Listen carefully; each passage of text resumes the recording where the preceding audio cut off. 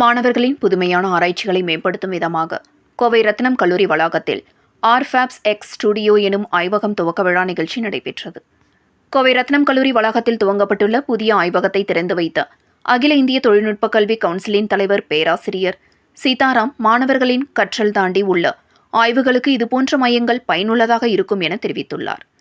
கோவை ஈச்சனாரி பகுதியில் உள்ள ரத்னம் கல்வி குழுமங்கள் சார்பாக ஆசிரியர்கள் மற்றும் மாணவர்களிடையே ஆராய்ச்சியினை மேம்படுத்தும் விதமாக ஐடியா ஆய்வகம் மற்றும் கோமேக் தொழிற்சாலை ஆகியவற்றை இணைந்து ஒருங்கிணைந்த புதுமை சுற்றுச்சூழல் அமைப்பான ஆர்ஃபேப்ஸ் எக்ஸ் ஸ்டுடியோ எனும் புதிய ஆய்வகம் உருவாக்கப்பட்டுள்ளது.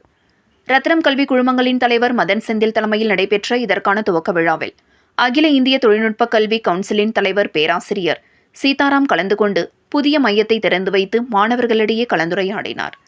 அப்போது பேசிய அவர், இந்தியா வளர்ச்சாவதில் பொறியாளர்களின் பங்கு அதிகம் இருப்பதாக கூறிய அவர், கற்றல் திறன்களை மேம்படுத்துவதோடு புதிய ஆராய்ச்சிகளை மேற்கொள்வதில் மாணவர்கள் அதிக கவனம் செலுத்த வேண்டும் என்றார். குறிப்பாக இதுபோன்ற நவீன ஆய்வகங்களை மாணவர்கள் சரியான முறையில் பயன்படுத்திக் கொள்ள வேண்டும் என்று கூறிய அவர், செயற்கை நுண்ணறிவு தொழில்நுட்பங்கள் போன்ற நவீன தொழில்நுட்பங்களை கற்பதில் உலக அளவில் இந்திய மாணவர்கள் அதிகம் கௌரவம் காட்டி வருவதாக அவர் சுட்டிக்காட்டினார்.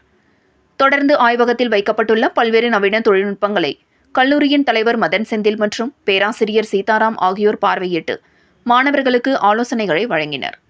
இந்நிகழ்ச்சியில் ரத்னம் கல்வி குழுமங்களின் இயக்குநர் சீமா செந்தில், ரத்னம் கல்வி குழுமங்களின் முதன்மை நிர்வாக அதிகாரி முனைவர் ரா மாணிக்கம், ரத்னம் கல்வி குழுமங்களின் துணைத் தலைவரும் முதன்மை வணிக அதிகாரியுமான முனைவர் நாகராஜ், ரத்னம் தொழில்நுட்ப வளாகத்தின் முதல்வர் முனைவர் கீதா உள்பட பலர் கலந்து கொண்டனர்.